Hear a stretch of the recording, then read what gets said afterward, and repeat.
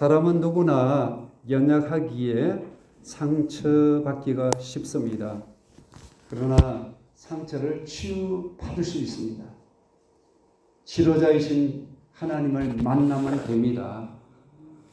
하나님은 또 다른 이름을 오늘 본문에서는 라파라고 말씀하고 있어요. 또 러페라 하기도 하는데 라파는 치료한다는 뜻이에요. 하나님은 치료하시는 하나님이십니다. 하나님을 치료하시는 하나님을 만남으로 여러분 마음이든 인생의 문제, 질병이든 어떤 문제라도 하나님 만나면 치료가 될 수 있습니다. 오늘 본문은 이스라엘 백성들이 이집트 나와서 홍해를 거쳐 이제 왔는데 물이 없는데 물을 마셨지만 썬물이었어요. 고통이었죠. 근데 하나님께서 이 썬물을 단물로 바꿔주셨습니다. 우리가 믿음의 길을 걸어갈 때에도 고통을 만날 때 있지 않습니까? 이때 그러면 우리의 인생에 썬물이 단물이 되어야 되지 않겠습니까? 그럼 우리는 어떻게 해야 하겠습니까? 먼저 구원받은 후에도 광야 길이 있습니다. 이스라엘 백성들은 가장 큰 구원을 홍해를 건너는 놀란 일을 경험하게 되잖아요. 우리 다같이 22절입니다. 모세가 홍해에서 이스라엘을 인도하며 그들이 나와서 수르 광야로 들어가서 거기서 살 길을 걸었으나 물을 얻지 못하고. 이스라엘 백성들이 홍해를 건넌 뒤에 하나님을 찬양했어요. 얼마나 좋았겠어요. 홍해가 갈라지다니, 홍해의 그 바닷길을 육지처럼 건널 수 있다니 기적이죠? 아니 기적의 경험하면 놀라지 않습니까? 야 하고 놀라고 그냥 그들이 악기를 가지고 도원하면서 찬양하고 막 난리가 나는 거예요. 이 본문이 우리 이 본문 앞에 19절 보면 이하에 보게 되면 막 노래하고 있어요. 그것이 15장 1절부터 오늘 본문 앞부분까지가 막 하나님이 기적을 일으킨 것에 대해서 너무 좋아가지고 온 백성이 지금 춤추고 노래하고 하나님을 높이고 찬양하고 있습니다. 근데 이렇게 찬양했던 곳이 모세의 샘, 또 때로는 아연 무사라고 하기도 하는데 이곳으로 추정하고 있습니다. 여기서 오늘 물이 쏟아는 곳 마라까지 거리가 약 53km예요. 별로 멀지는 않는 곳이잖아요. 근데 그 당시에 노약자도 있고 어린아이도 있고 짐승들도 많단 말이죠. 가재도구도 많으니까 가는 길이 3일이나 걸렸어요. 그러니까 광야길은 험하고 힘들다는 것을 보여주고 있잖아요. 광야 3일 동안 걸어가다 보니까 얼마나 지쳤겠어요. 그리고 가지고 있던 물마저도 없어져 버렸어요. 그러니까 홍해를 그 갈라진 홍해를 걸으면서 막 좋아가지고 이집트 군대가 다 홍해에 그 하나님께서 그들을 물에 다 빠뜨려서 죽이시지 않습니까? 그런 구원의 광경을 보고서 얼마나 좋았겠습니까? 근데 보세요. 이런 은혜에 하나님의 큰 구원을 통해서 은혜 받고 가슴에는 너무나도 벅찬 은혜를 가지고 그리고 가나안 땅에 간다는 이 생각만 하니까 기대감에 벅차서 그냥 날개가 달린 어깨에 날개 달린 인생처럼 얼마나 신이 났지 않겠습니까? 근데 보세요. 그들이 보세요. 이렇게 찬양하는 그 길에 하나님께서는 그들을 어떻게 하나님께 반응하는가를 보기를 원하셨어. 그래서 하나님은 광야길로 인도해 가고 계시잖아요. 광야길에서 우리가 한 가지 알아야 할 것이 있습니다. 그것이 뭐냐면 시험이라는 것이에요. 우리 25절 끝부분을 같이 합독해 보겠습니다. 거기서 이 끝부분에 보면 나옵니다. 시작. 거기서 여호와께서 그들을 위하여 법도와 율례를 정하시고 그들을 시험하실세. 그러므로 우리의 인생 이 길에 하나님이 시험하시는 시험도 있고 마귀가 우리를 시험하는 길이 있을 수 있어요. 또 오늘 이 본문에서는 하나님이 시험하시는 길이죠. 하나님이 시험하신 것은 우리는 넘어뜨리고 못 살게 굴고 망하게 하는 것이 결코 아닙니다. 물론 하나님 떠나면 하나님 우리의 어려움을 주고 사업이든 몸에 병을 생기든 해서 두 손 들고 하나님께 나오게 하는 이런 일이 있을 수 있어요. 이게 너무나도 큰 값을 치르잖아요. 근데 값을 크게 치르기보다 그냥 우리가 하나님 믿고 따라가면 하나님은 은혜를 베풀어 주십니다. 근데 보세요. 이렇게 이 시험 하는 곳이 광야인데 이 광야에서 물 없이 3일 동안 걸어간다고 한번 생각해 보세요. 쉬운 일이 아닙니다. 아주 무더울 때 일을 하면은 다른 건 생각하지 않고 물 이게 찾게 되지 않습니까? 근데 더구나 이 사막길에 이게 3일 동안 물 없이 걸었다고 한번 생각해 보세요. 얼마나 갈증이 생겨서 힘들지 않겠습니까? 근데 그들이 구원의 눈으로 직접 이집트 군대가 몰살하는 것을 눈으로 봤습니다. 하나님께서 홍해를 갈려서 기적을 일으킨 것도 보았단 말이죠. 하루 정도는 믿음의 길로 가는 거예요. 믿음으로 하나님께서 가면은 시원한 물을 예비해 주시겠지 하고 믿음으로 가는데 하루 길 가는데 아무 일이 없어요. 또 이틀 만에 가는데 뭡니까? 그래도 하나님이 뭔가를 하시겠지 하고 그런 생각을 갔어요. 아니 아무 일도 일어나지 않아요. 3일이 지났어요. 군하신 하나님께서 역사시대 은혜가 되고 감사해서 찬양을 돌리는데 그 마음이 싹 사라져 버렸어요. 그들에게는 하나님 음성보다 물이 그들은 가장 필요한 거예요. 물 없는 사막길을 걷는다는 고통 아니겠습니까? 3일 동안 물 없이 목말라 하는데 짐승들 있죠. 애들 있죠. 애들 갈증나면 그냥 못 견뎌요. 울고 난리가 나지 않겠습니까? 부모가 나도 힘든데 견디긴 견디신데 애가 우니까 짐승 소리 막 난리치니까 이게 괴롭고 힘든 거예요. 너무 힘드니까 그냥 시험에 드는 거예요.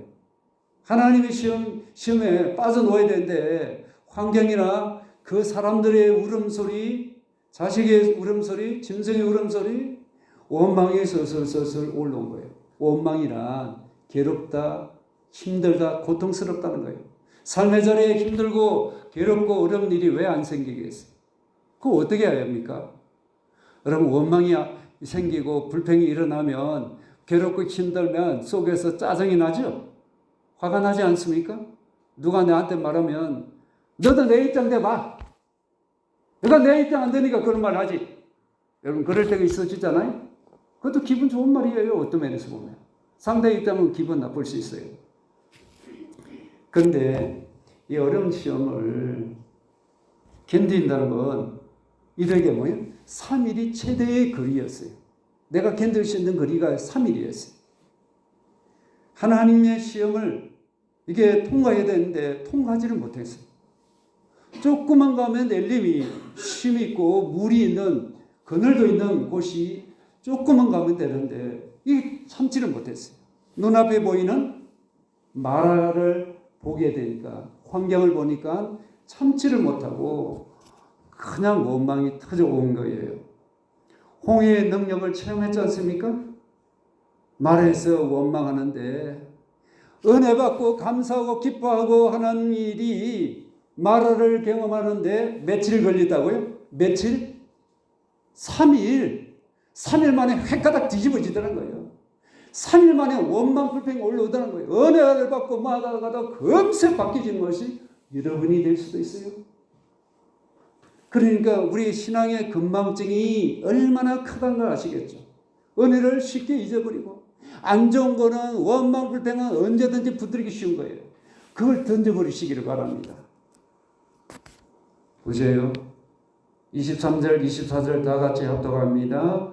마라에 이르렀더니 그곳 물이 있어서 마시지 못하겠으므로 그 이름을 마라라 하였더라. 백성이 모세에게 원망하여 이르되 우리가 무엇을 마실까 하며 마라에 도착했습니다. 3일 동안 물을 마시지 못한데 물 보니까 눈이 확 뜨이겠죠, 그죠? 살 것 같은 마음이 들잖아요. 아니 물을 만났으니까 살 것 같지 않습니까? 얼마나 좋았겠어요. 근데 한 입에 딱 대는 순간 써서 먹을 수가 없어요. 도저히 먹을 수 없어요. 근데 마라의 그 이집트의 그 마라는 지역에 가봤더니 주변에 하얘요. 하얗게 돼 있어.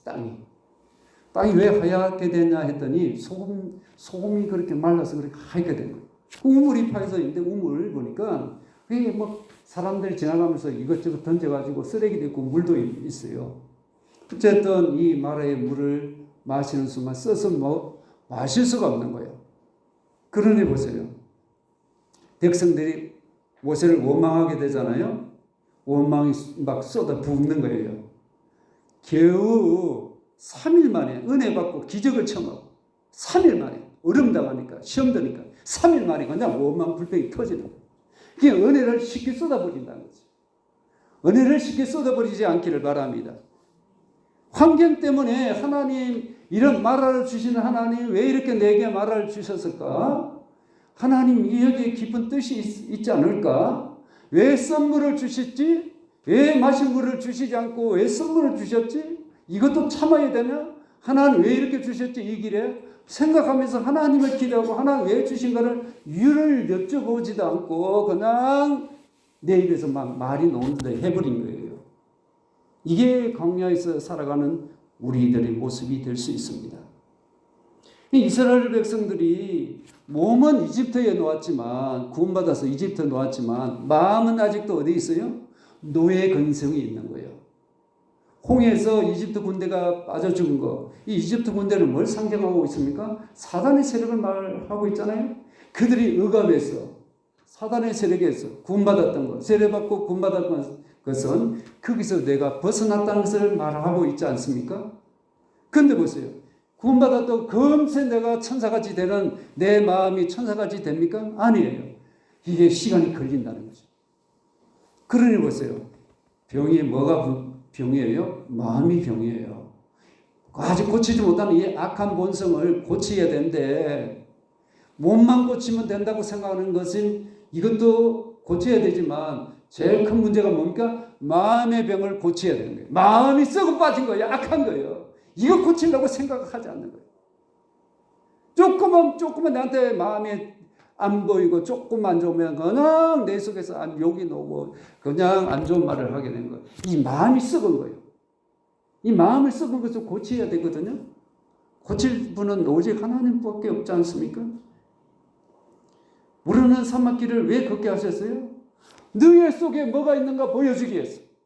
인생의 길에 얼음을 주신 것은 내 안에서 내 속에서 막 생각 속에서 이 생각 저 생각 올라올 거예요. 안 좋은 생각. 왜 이러니? 저 사람 저런 인간을 내가 만나게 해주지? 왜 저런 인간을 내가 만나야 돼? 내가 왜 이 불행해야 돼? 내 마음에서 왜 이렇게 막 분이 올라오고 미움이 오고 죽이고 싶고 온갖 이런 마음이 올라온다? 너에게는 그런 악함이 있어. 그래서 그런 사람을 내가 너에게 붙여서 너 뜯어 고치라고 내가 말했지만 너는 너 뜯어 고칠지 않고 상대가 문제라고 하고 있지 않느냐 이 말이에요. 누가 문제예요? 하나님 그런 환경 사람을 붙여주신 것은 인생의 마라를 만날 때 선물을 단물 바꾸시게 하는 하나님을 만날 생각하지 않고 사람이 문제라고 생각하고 있는 거예요. 그러니 내 인생 이 가슴이 바뀌어질 수 있어요? 바뀌지 않는 거예요. 그러므로 마라의 선물을 하나님께서 그곳으로 이끌어 가신 분이 하나님이시잖아요. 하나님이 인도하심 따라갔는데 왜 말하냐? 하나님 여쭤보셔야 될 거 아닙니까? 그죠? 근데 이들은 여쭤보지 않고 원망만 쏟아져. 괴롭다, 힘들다, 못 살겠다, 죽겠다 난리치고 있어. 여러 가지 시험을 만날지라도 시험을 두려워하지 않기를 바랍니다. 시험이 없는 신앙이 있습니까? 발을 땅에 딛지 않고 살면 시험 들 일이 하나도 없어요. 발을 땅에 딛지 않으면 하늘나라 가면 된다는 이 말 아닙니까? 지상에서는 다 시험이 있습니다. 그러나 시험을 이길 수 있습니다. 환경보다 하나님을 바라보면 이길 수 있습니다. 말씀 붙은 자만이 이길 수 있습니다. 넘어질 수 있습니다. 일어날 수 있습니다. 우리가 일어나기 위해서 믿음의 맷집을 키우시기를 바랍니다. 믿음으로 내게 다가오는 시험을 예수 이름으로 물리치고 오직 승리자이신 예수 그리스도의 이름 붙들고 모두가 승리길을 걷기를 바랍니다. 시험 없는 시한왕은 없습니다. 시험에서 넘어지지 않고 우리가 다 이길 수 있기를 바랍니다. 자, 구원받은 이후에 이런 광야길엔 시험이 있다. 왜 시험이 있느냐? 내 모습 들춰내서 나를 변화시키기 위한 하나님의 계획이다. 그 계획에 여러분 믿음으로 반응하면 내 인생이 바뀌신다는 것이죠. 이보다 더 큰 복이 어디 있어요? 그러므로 약속의 땅 가나안 땅은 아무나 들어가는 곳이 아니구나. 변화되고 하나님 말씀대로 사는 자만이 그 약속의 땅을 밟을 수 있다는 것을 성경에서 보여주고 있잖아요. 그러면 구원받은 뒤에 광야길에서 이기려면 어떻게 해야 합니까? 하나님께 부르짖어야 된다는 것이죠. 기도 중에 부르짖는 기도를 배우셔야 합니다. 왜 우리가 부르짖는 기도를 해야 합니까? 우리 인생 광야길에는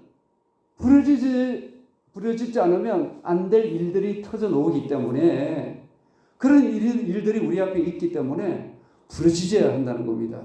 다 같이 25절입니다. 시작. 모세가 여호와께 부르짖었더니 여호와께서 그에게 한 나무를 가리키시니 그가 물에 던지니 물이 달게 되었더라. 거기서 여호와께서 그들을 위하여 법도와 율례를 정하시고 그들을 시험하실세. 막 이스라엘 백성들이 원망이 빗발처럼 치고 있습니다. 모세가 견딜 수 없어. 모세가 사람들하고 상대합니까? 아니에요. 하나님하고 상대하고 있죠. 그러므로 인생의 광야에서 사람하고 환경하다 보면 나도 상처 주고 상대에게도 상처 줄 수 있어요. 하나님과 여러분 하나님께 늘 나아가기를 바랍니다. 그래서 모세가 하나님께 부르짖었어요. 이게 부르짖는다는 이 단어 뜻이 히브리어 말로는 쏟아낸다는 겁니다. 막 속이 터지는데 여러분 막 참게 해서 꾹꾹 다져있고 막 원망이 올고 불평이 올고 욕이 올라오고 온갖 상스러운 말이 올라올 때 이거 막 입에 터져 놓지 않습니까? 사람한테 말하면 죄를 짓게 됐어요. 근데 하나님 앞에 이걸 쏟아내셔야 하는 거예요. 사람한테 쏟아내면 죄를 범하게 돼요. 그러므로 하나님께 쏟아낸다는 거예요. 이게 부르짖는다는 뜻입니다. 여러분 사람에게 쏟아내지는 않고 있나요? 하나님께 쏟아내시기를 바랍니다. 그래서 부르짖는 거예요. 그러면 부르짖으면 누가 역사합니까? 하나님이 역사하십니다. 홍해를 마른 땅같이 긋도록 갈라놓으신 하나님, 이집트 군대를 다 죽여오는 그들을 두름 속에 있을 때 하나님 그들을 홍해에다가 몰살시켰던 하나님, 큰 구원을 직접 체험한 그들 아닙니까? 아니 마라 이것도 얼마든지 하나님께서 달게 바꿀 수 있다는 이 생각을 해야 되는데 하지를 못한 거예요. 이렇게 생각이 짧은 거예요. 누구 중심으로 살기 때문에 나 중심으로 살기 때문에 생각이 짧은 거예요. 하나님 중심으로 살아가면 하나님이 어떻게 하실 건가 기대감을 가질 수 있는데 내 중심으로 가니까 왜 안 돼? 왜 이렇게 해야 되는데 왜 저렇게 했어? 이래야 되고 저래야 되고 그렇게 원망 불평이 오는 거예요. 하나님 중심으로 살자고 나 중심으로 사는 거예요. 내가 원하는 대로 안 되고 원망 불평이 오는 거예요. 하나님 중심으로 살아가기를 바랍니다. 그러면 하나님을 기대하고 하나님께 부르짖을 수밖에 없어요. 야 이건 하나님 해주시지 않으면 안 돼 하고 하나님께 부르짖는 자만이 하나님의 기적, 하나님이 일하심을 보게 될 줄 믿습니다. 하나님은 해결책을 가지고 인도하시지 않습니까? 광야에서 너희들 알아서 가. 이만큼 내가 이집트에서 끄집어내고 홍해 기적을 일으켜 놓았으니 이제부터 너희들 광야길 얼마든지 갈 수 있지 않니? 그렇게 하셨어요? 아니에요. 하나님은 낮에는 구름 기둥으로 밤에는 불 기둥으로 인도하시잖아요. 쉬어라 하나님 인도하시는 하나님. 할렐루야. 지금도 인도하시는 하나님을 믿습니까? 시험이 올 때 피할 길을 주시는 하나님 그분을 믿고 의지하시기를 바랍니다. 하나님이 해결책을 갖고 있고 하나님이 계획을 갖고 계시다 믿고 부르짖는 자만이 기적을 경험할 수가 있습니다. 하나님을 부르짖고 찾아보시기를 바랍니다. 하나님을 만날 때 그때가 만날 절호의 기회입니다. 그랬더니 하나님께 부르짖었더니 하나님께서 모세에게 한 나무에 지시하시면서 썬물에다가 던지라고 말씀하잖아요. 던졌더니 썬물이 단물이 되지 않습니까? 잘 하신 말씀이죠. 치유가 된 거예요. 이 사건을 통해서 하나님은 내가 어떤 자라고 하나님 자신을 드러내셨습니다. 하나님은 어떤 분이시라고요? 다같이 하나님은 치료하시는 하나님. 할렐루야. 그걸 드러낸 거예요. 너의 인생이 쓰지, 고통스럽지, 괴롭지, 원망이 오르지, 시험 들었지 너. 하나님께 부르짖어. 그러면 너의 쓴 것을 단물로 바꾸시는 치료자야. 내가 너를 치료한 자야. 사람이 아니고 환경도 아니고 하나님을 붙들고 부르짖는 자만이 하나님의 기적을 체험할 수 있습니다. 그래서 15장 26절 하에 보면 나는 너희를 치료하는 여호와입니다. 여호와, 치료라는 말 라파, 로페. 여호와는 나의 라파. 할렐루야. 여호와는 나의 라파. 여호와는 나를 치료하시는 하나님. 치료자신 하나님을 만나십시오. 그리로 달려가 부르짖어 보시기를 바랍니다. 하나님, 날 뿌리치지 않으시고 알았다 하시고 내 인생의 썬물을 단물로 바꿔주시는 하나님을 경험하게 될 줄 믿습니다. 그러면 오늘날 저와 여러분에게 하나님께서 지시한 나뭇가지를 던지라고 하셨는데 그 나무, 오늘 우리에게는 이 나뭇가지가 무엇이겠습니까? 예수님의 십자가 아니겠습니까? 이 십자가를 체험하려면 어떻게 해야 합니까? 예수님의 십자가와 나와 하나가 되어야 합니다. 내 자아를 그래야 십자가에 못을 받고 죽을 수 있어요. 내 자아. 막 원망, 불평, 미움, 정오, 살인, 죽이고 싶고 온갖 악이 내 속에 올라오는 이 악을, 이 자아, 이 타락한 이 본성을 죽여야 하거든요. 십자가가 나하고는 상관이 없는 거 아니에요. 왜 상관이 없습니까? 예수님의 십자가하고 나하고 하나가 안 돼 이거예요. 예수님 십자가에다가 내 안에 가슴에다가 주님, 내 안에 예수 그리스도의 십자가를 내 안에 여기다가 받아들입니다. 그럴 때에 예수님의 십자가가 나와 하나가 되는 것이죠. 내가 죽어야 예수님과 하나가 되는 거 아닙니까? 왜 하나가 안 됩니까? 십자가 나와 하나가 안 된 거예요. 십자가는 십자가고 나는 나야. 그렇게 살고 있잖아요. 그래 문제인 거예요. 그렇게 해답이 없고 치유가 없는 거예요. 내게는 기적을 경험하지 못하는 거예요. 마태복음 8장 17절을 보면 예수님은 우리의 연약한 것을 친히 담당하시고 질병을 짊어지셨다고 했습니다. 그러므로 예수님께 나의 연약함을 맡기시기를 바랍니다. 질병도 주님께 내어 맡기기를 바랍니다. 주님, 이건 하나님부터 온 거 아닙니다. 주님께 내어 맡깁니다고 맡길 때에 치료자신 하나님을 만나면 치료가 됩니다. 예수님은 십자가에서 구속을 통해서 나는 치료자가 됐다고 우리에게 말씀하고 계시잖아요. 치료자신 주님을 만나면 몸도 마음도 정신도 치료받을 수 있습니다. 우리 인생 전 영역에 치료받을 수 있습니다.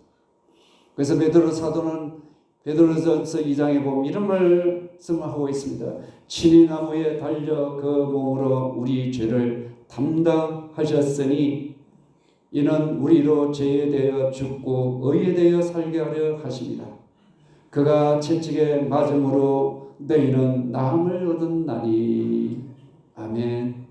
예수님 왜 채찍을 맞았을까요? 힘이 없어서 맞았나요? 우리의 질병, 우리의 저주를 치료하기 위하여 맞았습니다. 이 말씀이 이사야 53장에 나오잖아요. 이사야는 700년 전에, 예수님 오시기 700년 전에 예언하신 말씀입니다. 채찍을 맞음으로 너를 고치게 하여, 너를 변화시키게 하여, 너를 회복하게 하여 예수님 채찍 맞음으로. 예수님 모든 하나하나 행동과 말씀 하나가 다 우리에게 해당되는 말씀입니다.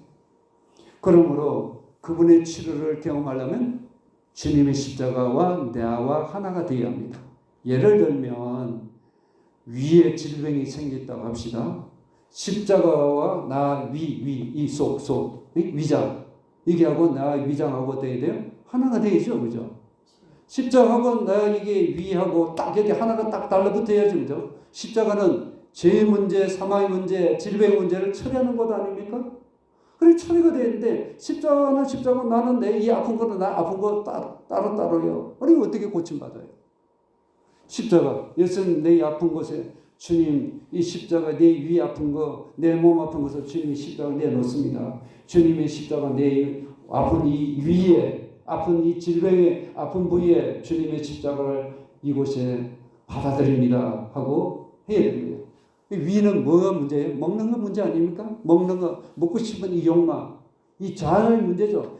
자아가 처리되지 않으면 아무리 내가 십자가 내 질병의 하나가 된다 할지라도 자아 내 나쁜 본성 내 속에 악한 본성 미워하는 거 싫어하는 거 정하는 거 온갖 이 악한 자아가 처리가 돼야 합니다. 처리되지 않으면 치료가 안 되는 거예요. 왜 이런 질병을 주셨어요? 나를 낮추시고 나를 깨뜨리시기 위한 것이 아니겠습니까? 그러므로 우리 수많은 인생의 이 선물 하나님 치료자이심을 기억하시길 바랍니다.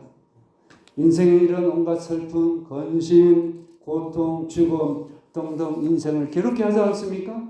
근데 그 모든 예수님의 십자가 예수님은 우리 인생의 선물을 단물로 바꿔주시는 분이십니다.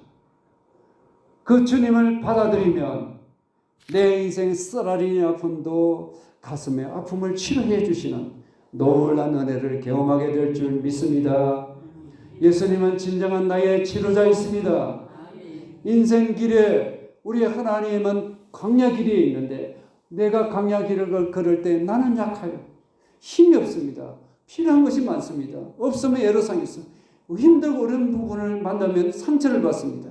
그때 너 상처받았다고 버거지를 짓지 말고 하나님께 부르짖어라. 해결책을 갖다 놓고 선물을 단물로 바꿔주시고 치유하시는 하나님을 만날 수 있습니다. 회복이 일어나게 될 줄 믿습니다. 회복케 하시는 하나님이십니다. 그리고 써보세요. 광야길을 순탄하게 은혜길로 걸으려면 어떻게 하면 좋겠습니까? 구원받은 후에 하나님의 말씀에 순종하면 됩니다. 인생에 비바람이 친다 할지라도 하나님 말씀에 순종할 수 있을까요? 아멘이시에요? 아멘이십니까? 힘들고 그러도 아멘이 될 수 있기를 바랍니다. 고통이 있을 때도 하나님 말씀을 의지하고 사는 것이 믿음 아니겠습니까?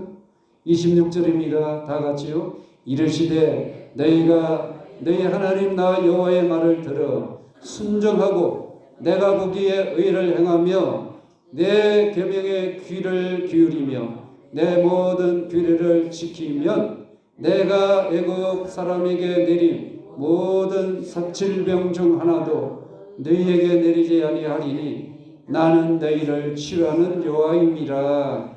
아멘. 하나님께서 여기에서 우리에게 가르쳐 주시고자 하는 것이 뭡니까? 물 없는 사막에도 죽지 않더라 이거예요. 3일 걸어도 죽지 않더라는 거예요. 아니 40년 동안 물 없이 먹을 거 없어도 하나님은 살려주시더라 이거예요. 인생길에 하나님이 있으면 됩니다. 말씀대로 가면 죽지 않는다는 거예요. 왜 이스라엘 백성들이 광야에서 1세대가 다 죽었습니까? 하나님 말씀에 순종하지 않으므로 다 죽은 거예요. 살기를 원합니까? 질병 안 생기를 원합니까? 말씀 앞에 순종하면 삽니다. 질병에 걸리지 않습니다.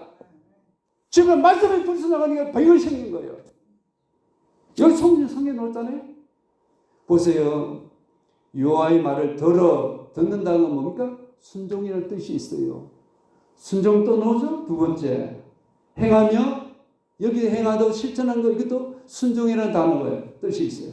귀를 기울인다는 건 뭡니까? 순종하는 거 아닙니까? 그죠? 의미에서 비슷한 의미야. 이것도 한번 순종이라는 의미를 한번 보겠습니다. 지킨다, 실행한다는 뜻이에요. 이것도 순종에 해당하는 의미입니다. 여기 보세요. 지금 5번 정도 비슷한 말까지 포함해서 순종이란 이 한 구절에 5번 나와. 내가 살고 싶니? 병들지 않고 죽지 않고 싶으니? 말씀에 순종하면 사는 길이야. 이 말을 하고 있는 거예요. 왜 우리가 순종 못합니까? 내 아집이 있어, 고집이 있어. 내가 하고 싶은 대로 있어. 그걸 깨뜨리기 위해서 질병도 줄 수 있습니다. 사회에 질병을 줄 수 있어요. 자식을 아프게 할 수 있어요. 몸에 질병을 줄 수 있습니다. 내 아집이 센 거예요. 이걸 깨뜨릴 수 있기를 바랍니다. 이게 항복하기까지가 정말 쉽지 않습니다. 이스라엘 백성들 보세요. 치료자신 하나님 말씀할 때 순종을 따라가면 되는데 그렇게 그냥 고집이 세고 교만해서 그 길로 가지 않는 거예요. 순종이 사는 길입니다. 치료하는 길입니다. 하나님의 마음을 열고 수 있잖아요. 살리고 싶고 병들지 않고 광야에서 약속의 땅 다 하나님 들어가도록 하고 싶었는데 말을 안 듣는 거예요. 그러니 질병이 생기는 거예요. 광야에서 문제가 생기는 거예요. 목마를 때 하나님 반석으로 인도하시잖아요. 반석에 물이 나올 수 없어요. 근데 반석에 물을 내게 하시잖아요. 먹을 양식이 없을 때 하늘에서 만나를 내리시는 하나님 아닙니까? 하나님 챙겨주시는 하나님. 내가 힘들고 그럴 때 하나님 말씀 들어가면 하나님 챙겨주시는 하나님이시죠? 근데 보세요. 물 그게 쓴물 때문에 어디에요? 율법과 법도 한마디 말하면 하나님 말씀 앞에 그냥 소용없어. 물 마셔야 어떻게 그 다음부터 내가 순종하든지 내가 먹고 살아야지 그 다음부터 순종하든지 있지. 말씀이 뭐 필요 있어. 여러분 이런 식으로 생각하고 있잖아요. 말씀이 앞서야 합니다. 근데 이 광야라는 의미가 뭐냐면 그리스어로 보면 빈들 한적한 곳, 벌어진 곳, 사람이 없는 곳을 뜻합니다. 벌어진 땅, 광야에는 사막 그 광야는 변과 정갈인 덕실거린 곳 아닙니까? 사람 소리가 나지 않는 곳이에요. 바람 소리, 짐승 소리가 나는 곳 아닙니까? 살 수 없는 곳이에요. 그곳에서 보세요. 이런 곳에서 하나님 인도하셨잖아요.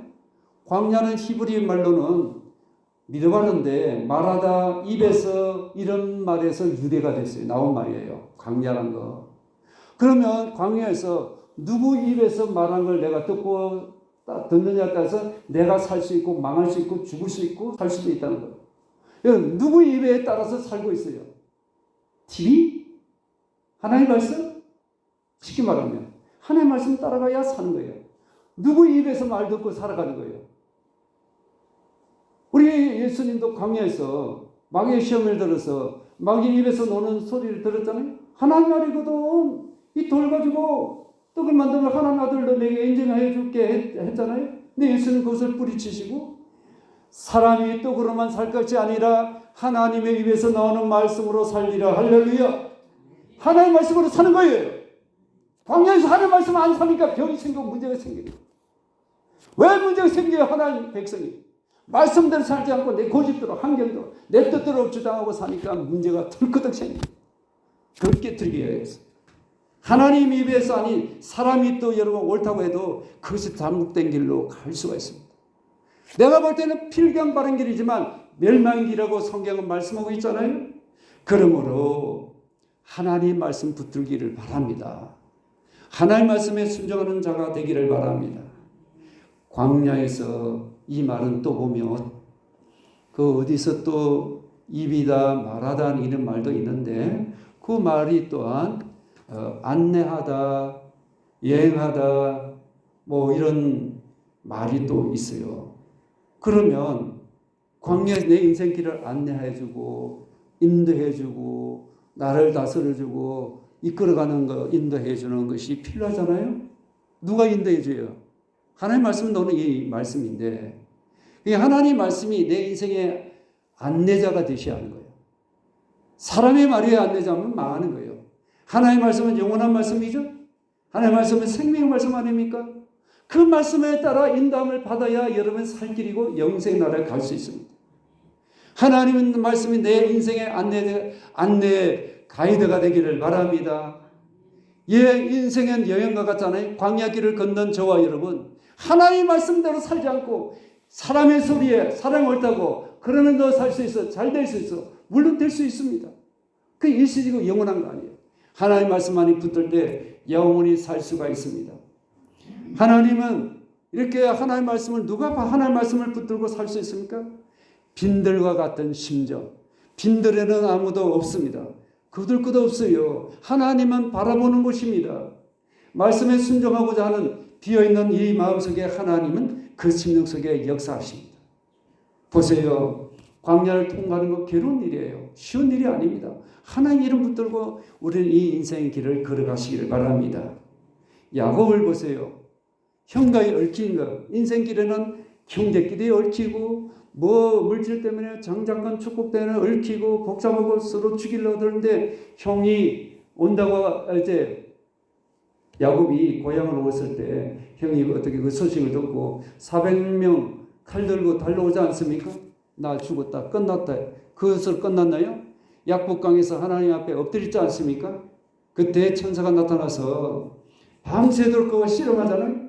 야, 날 셌으니 내가 가야 되겠다라고 했을 때 나에게 축복해 주시지 않으면 난 당신을 놓칠 수 없습니다. 나 안전해야 됩니다. 안전빵이 돼야 되는데 나 죽게 됐으니 나 어떻게 합니까? 책임져야 합니다 하고 나 놓지를 않는 거야. 내 이름이 뭐냐? 야곱이다. 남을 넘어뜨리는 자가 되지 말라. 이스라엘 하나님을 이길 수 없는데 이겼다는 이 뜻이죠. 하나님이 새 이름을 주셨어요. 야곱은 광야에서 하나님을 만났습니다. 하나님의 음성을 듣지 않습니까? 광야는 이와 같이 누구에게 매달리냐. 사람에게 매달리면 우리는 죽을 수 있고 불행이 올 수 있지만 하나님께 매달리고 하나님을 찾으면 야곱처럼 인생이 확 바뀌고 새로운 길이 열려지게 될 줄 믿습니다. 이긴 길로 갈 수가 있습니다. 근데 보세요.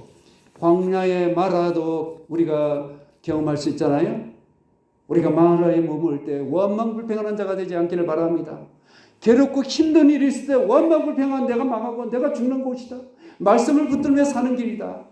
그러므로 나라는 인생은 마라에서 이 엘림이란 물이 있고 종려나무가 70주가 있는데 마라에서 엘림까지 거리는 약 10km밖에 안 돼요. 얼마 멀지 않잖아요. 사람이 눈에 보이는 거 그것만 보이니까 살고 싶고 내가 원하는 거 그것만 딱 눈에 집착되니까 멀리 내다보지를 못하는 거예요.